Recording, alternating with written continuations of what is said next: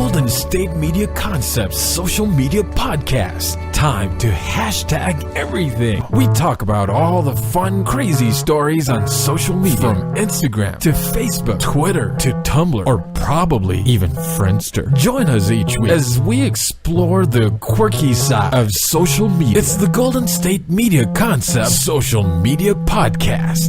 It's simple, such a sad song. The one that we rely on to get us.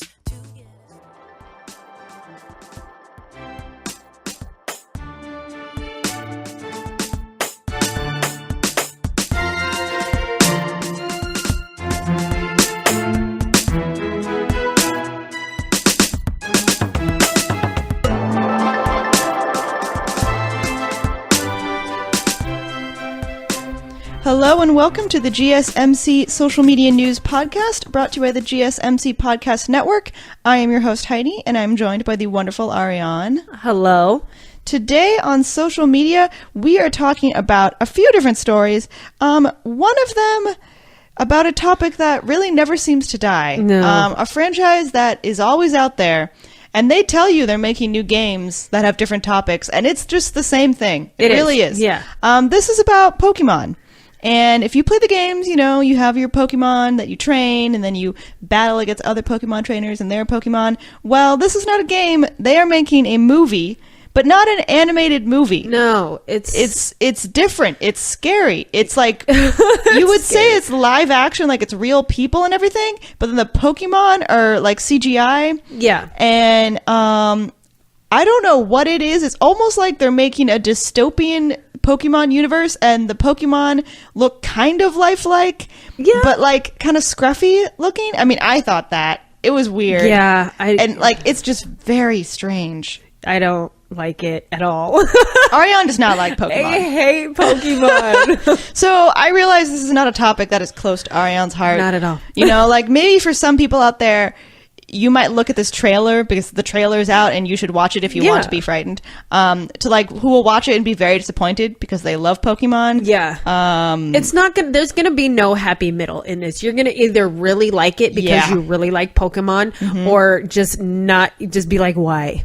You might also, I mean, I could be wrong. You might think that they look cool. But it's, so the movie is Detective Pikachu. Oh, God. So if you've seen like the Pikachu with like the detective's hat on and stuff, it's that style of Pikachu. Yeah. But surprise, Pikachu is voiced by Ryan Reynolds. Oh, that which makes me is so sad. Super weird. And he like actually talks. So like in Pokemon, Pikachu just says Pikachu, but he like actually just talks normally. Yeah. And his like trainer can understand him. Yeah. So that's why they like are together, and Pikachu's a detective, so they solve a crime, and it's super weird.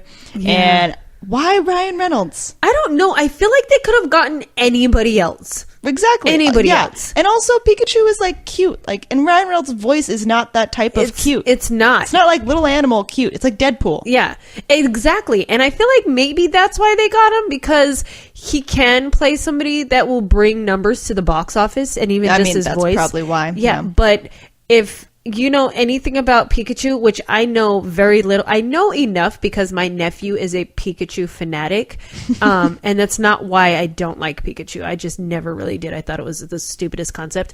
But sorry, all you Pikachu lovers out there. But yeah, his voice it's one of those, like, when you hear somebody talk and then you see their face and you're like, wait, that doesn't match. Yeah. Oh, yeah, for sure. That's exactly how it is. Because it's like this cute little animal, and then Ryan Reynolds, it's just very strange to me. Yeah. And a lot of people think so. I saw an article online. A lot of people were very confused by the trailer. Not only because of Ryan Reynolds' voice, but also how some of the Pokemon look. Because they're so CGI, it's creepy. I think it's creepy. Yeah. Like, and there's like a Mr. Mime character, which I already think is a creepy looking Pokemon. And now it's even weirder in this movie.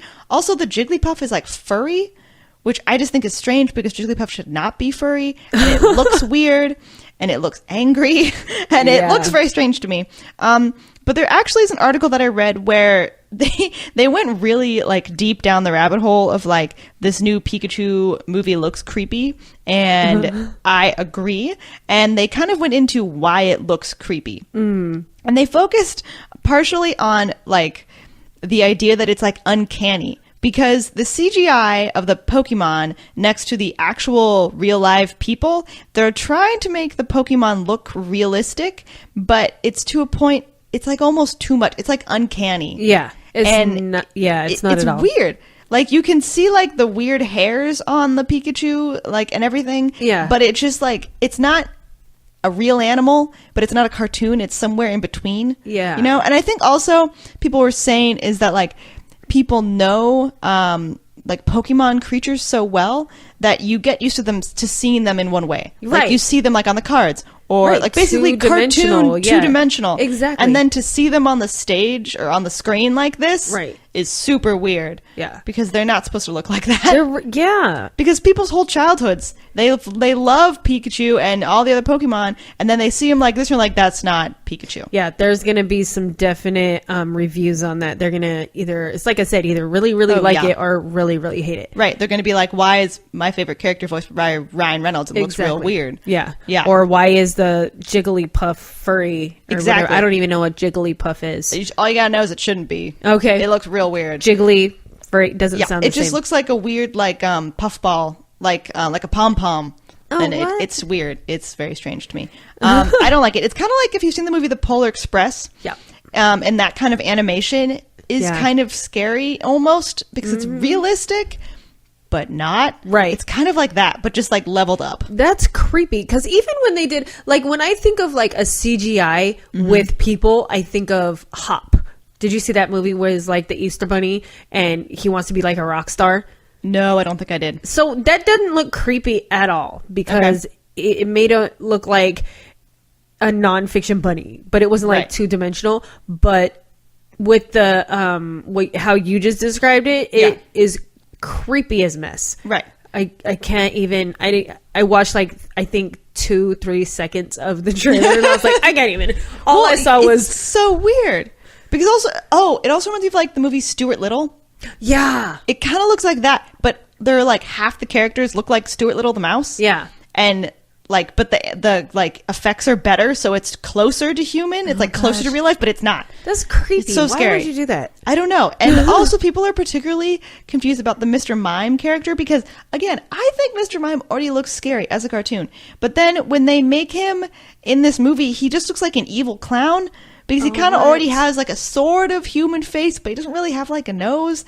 And like, if you see the picture, there's a scene from the trailer or some clip from the movie where it's Mr. Mime, and it's like it's so detailed. You can see like the tiny hairs on his face, which is really creepy. Like it's way too much. I don't want to see that much Mr. Mime. Right. He looks so frightening. Oh gosh. God, I'm not a fan of him.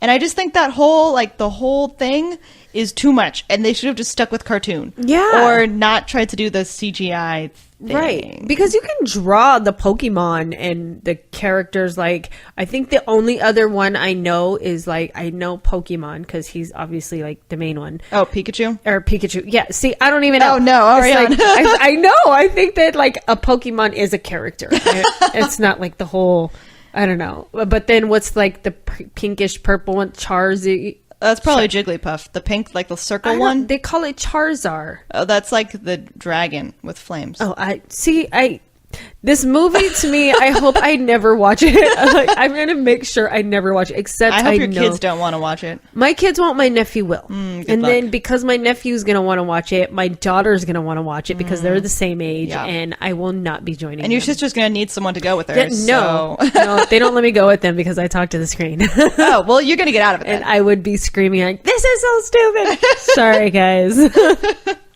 Yeah, I mean, I don't really want to watch it. Yeah. But I also will say, if you think it's really creepy, if you watch the trailer like over and over again, you will adjust to how they look and you'll find it less creepy. Okay. So if you plan on watching the movie and you think that the Pokemon looks strange, which again, I agree with you, then you can just watch the trailer over and over again and the creepiness will wear off. Okay. I don't know if you actually want to subject yourself to that. I don't know. But that could be a way to like overcome it. I think what would throw me is Ryan Reynolds' voice. Yeah. Because it's like, you know who he is. You know that he plays a significant character in Marvel. So it's like, now you're a little yellow thing. Right. Also, have you seen Ryan Reynolds? He's like a 42-year-old man. Yeah. I do not look at Ryan Reynolds and think tiny, like, chinchilla looking character. Yeah, no, you know? like and okay, so who are the other voices then? Well, because the thing with the Pokemon is that like in this movie, Pikachu and the character who I don't think plays Ash, but who plays another Pokemon trainer, the boy is the only one who can understand Pikachu, and that's why they're like hanging out together. Okay. So everyone else just like hears like the classic like Pika Pika like Pikachu sound. Okay. You know, so they can't understand that he's saying words. Oh, okay. So I don't think the other Pokemon have voices, at least not from what I've seen in the trailer. Right. It's kind of like it's only like Pikachu and his trainer that understand each other, and that's why they're like together. This sounds so dumb. Yeah, I don't think. I mean, I see Pokemon. You have such a following, and I feel like now you're just like alienating your following. Yeah, but it might still make tons of money. You know, things like that. Yeah, things that I doubt often end up just making a lot of money, know, even though right? I'm like, that's dumb. How did that happen? I know, really. Right. Okay. Well, Trends that I mean, Crocs, they're still making a bunch of money, and I think they're dumb. Seriously, though. I'm just not good at predicting. Right? Do not look forward to this on our movie podcast, by the way. Yeah. We will not Unless you're going to this. like pay us large sums of money. Right. I don't think to it's going to happen. review this. Yeah. Can't do it. So we're going to take a quick break, and then we're going to come back and keep talking about more social media news.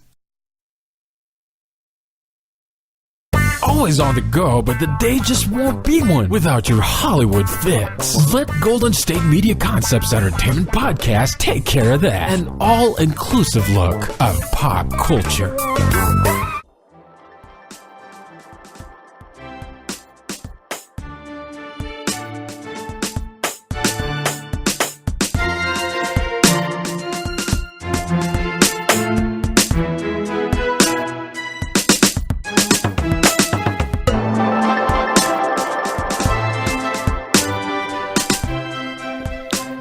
Welcome back to the GSMC Social Media News Podcast. We are going on to our next topic. Arianne and I are done talking about Pokemon because I don't want to think about that trailer anymore. It gives me nightmares. Now we are talking about the California wildfires, which we have mentioned in... we have talked about this in podcasts previous. Right. I think it might have been in our Weird News podcast, though. Yeah. That or social media, one of them. But we've talked about the wildfires before, and we live in Sacramento, Northern California. Right. There's been a lot of smoke. It's definitely on our minds. It's definitely on my news feed for all of my social medias. Yeah. Especially just being in California. So this particular story is not necessarily about just the wildfires, which have been very destructive, not to discount that type of news telling, but I also wanted to mention kind of like this sad but like conflicting trend of people who are wealthy hiring private firefighters to protect their property. Right. Which, okay, so like over the past few days, the Woolsey fire has, which is the fire in Southern California, right, has turned about 100,000 acres of Ventura and Los Angeles County into like they've burned everything. Wow. And there's like parts of Malibu, and just like so many places that used to be, I wouldn't say lush, but beautiful. You know, like vacation destinations have been burned up. And obviously this is sad. Yes. And since it's Southern California, LA area, a lot of wealthier people live in this area, of course, and have really expensive homes and property and land and things like that. And I want to disclaim, I'm not saying that I wish their houses have been burned, right? Because I don't want that on anyone, right? No, it's horrible. It's a terrible thing, and not only is it a loss of money, but it's also like your home, right? You know, and that's important, right? There's sentiment there, you know, and I wouldn't want that on anyone. But it is interesting reading about people who are wealthier wanting to defend their homes, like particularly Kanye West and Kim Kardashian. Right, because you see that the most. I've seen a lot of them hiring the private. Yes. Ugh. And they're the biggest, I mean, they're big stars, so they're the ones I've heard about the most. Right. And so they hired firefighters to protect their home. And they live in Hidden Hills, and residents in that area were ordered to evacuate as the Woolsey fire was getting closer. But Kanye West and Kim Kardashian hired a team of private firefighters to save their $60 million mansion. And also the firefighters were told, I don't know if they were directly told, but they were also kind of put in that area to protect their neighbors' homes as well. Right. So it wasn't just their house. It wasn't like there'd be fire everywhere else except their house. Right. But firefighters were there, again, private firefighters, and they wanted to protect their home, especially the house sits on a cul-de-sac. So anything that would have like caught their house on fire, their mansion, would have caught all the other houses on fire, just because like how they're situated. Right. So again, I'm not wishing that had happened to anyone, and I understand that they wanted that house protected. Right. But we have to understand it is expensive to hire private firefighters. It is. Like, it's not like I could do that. Yeah. You know? Yeah. The average person cannot do that. I mean, the average person doesn't have a, whatever, $60 million mansion to protect. Right. Exactly. And I feel like at that point, that's a lot of materialistic things that you're trying to protect. Yes. Like, you should anyway, like, as a safety, anything that's sentimental to you that you don't want to lose, like, I know it's old fashioned, but if you have pictures or anything like that, your birth certificate, stuff like that, put them in a safe that's not in your home, like at a bank, in a vault or something like that, not on your property. Right. Or in a fire safe box. Exactly. But you're hiring private firefighters, and I feel like this is so unfair because I had this conversation with my birth mother. Her name is Anna, so I call her that. Anyway. So she had made a post about like thanking all the firefighters, and I was like, yeah, well, you better be thanking all these inmates who are getting paid less than $1 to $1 an hour to go out there and be. They didn't even ask to be firefighters. They are told to go out there and you will help fight these fires. Right. Big wildfires. Yeah. While these rich people are out here paying thousands of dollars, I'm sure, to these other firefighters who are trained to do this stuff. And then even afterwards, like, because these fires are so extensive, these inmates, when they get out, cannot even apply to be firefighters. Right. They can't. With the quality, the experience that they have. Exactly. Yeah. And I'm like, this is ridiculous. Like, where were all these private firefighters in the first place? Like, they're just chilling. Exactly.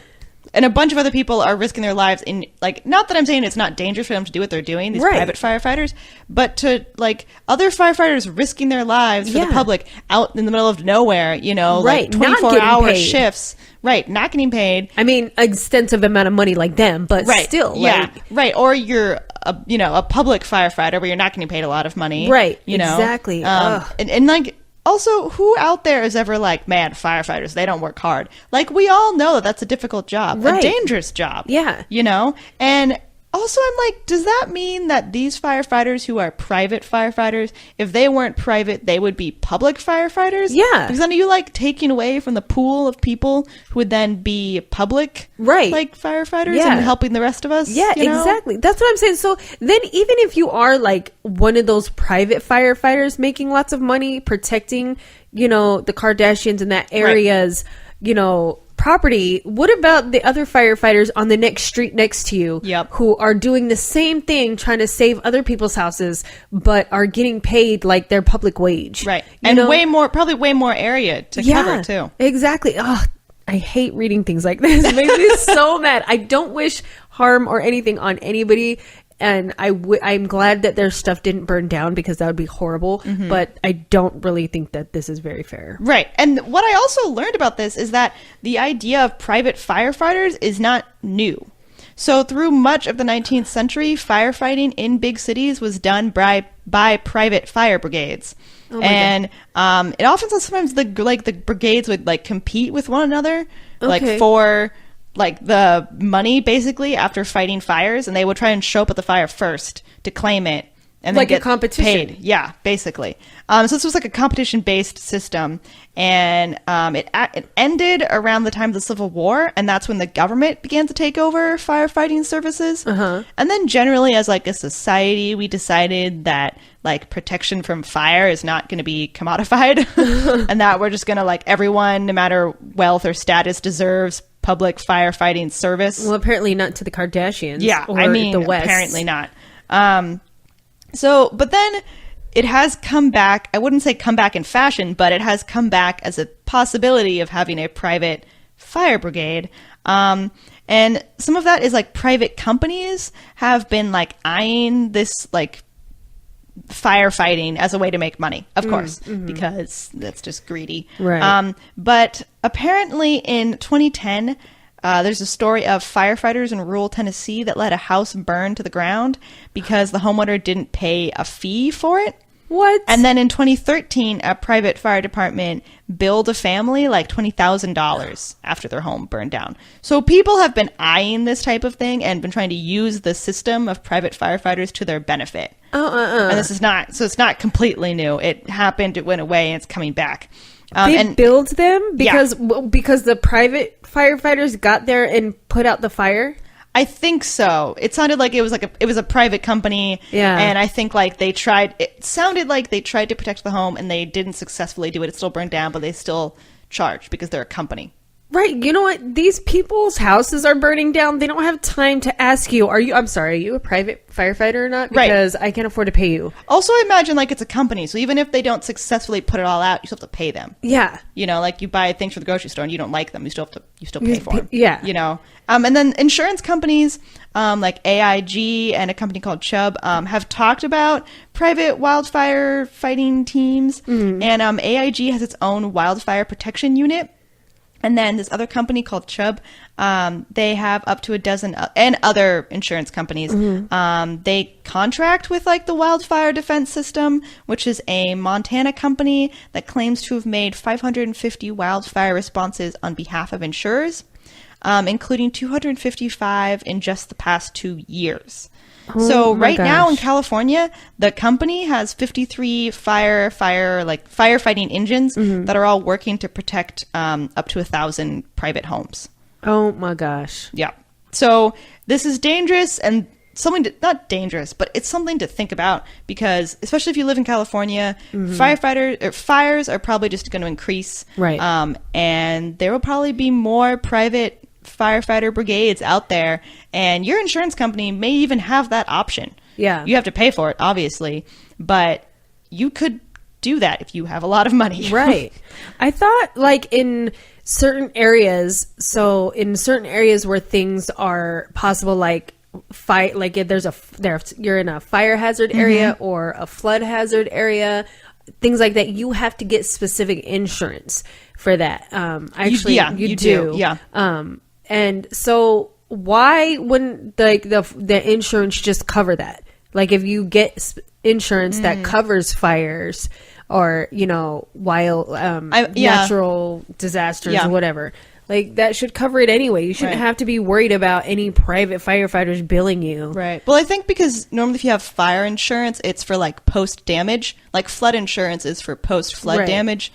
Like the worth of your items that were destroyed. Right. Not because they're going to like send people out there to like bail out your house. Right. But I think like the idea is you would have that. You would have the fire damage protection insurance, whatever, if your house burned down, and you would get money back for the possessions you lost. Right. But then I think they're just greedy and trying to monetize it even more. Whereas, well, you have that. And then if you're really worried and really rich, you can add on a second part of that. Right. Where you pay for firefighters to actually come out. Yeah, just make sure it doesn't burn down. Exactly. So you can still keep all your stuff. Which, I mean, I guess if we're going to a private system, then I guess that would make sense for them to just lump it all in, you know, like have private firefighters go along with your fire insurance. Right. You know, that would be weird. I mean, they probably just charge you more, so I don't really support that.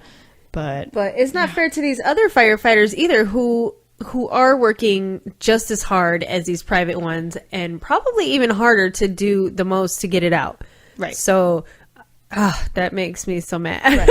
I mean, if you're a private firefighter, you know, maybe you do love your job, and I'm sure, you know, you are doing things to protecting homes, and I'm not saying your job is worthless because it's not, but like, doesn't that feel weird? Right, morally.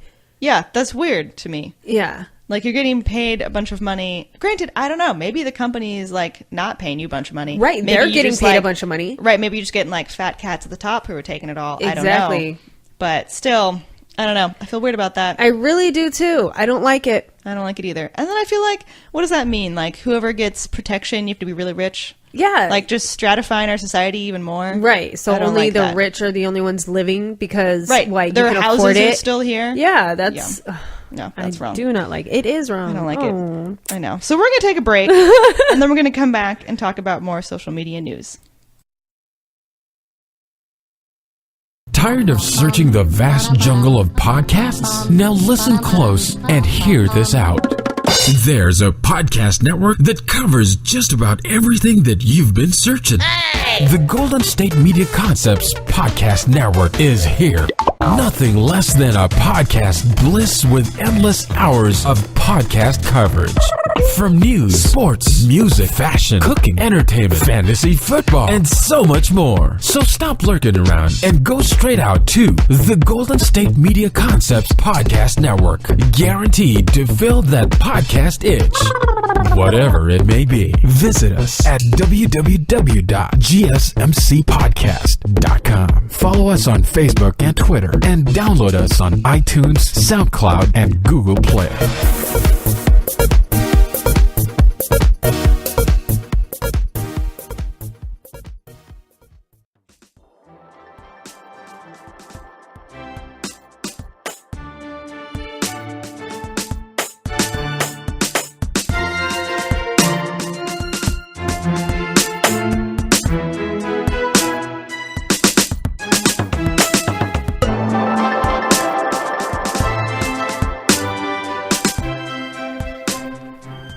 Welcome back to the Social Media News Podcast.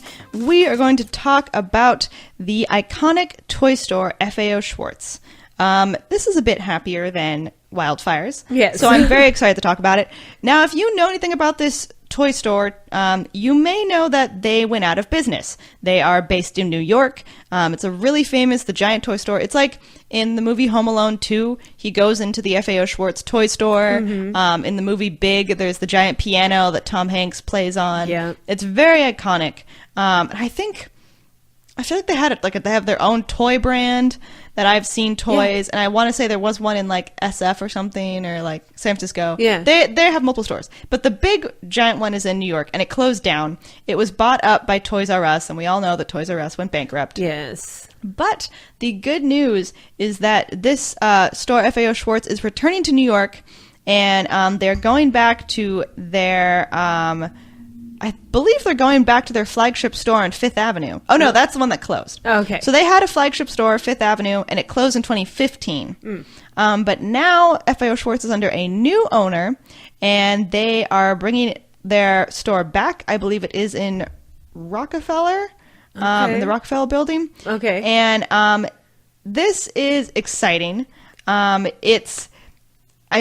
saw some pictures, and it's like the flagship store was huge when it closed. And this one is also huge.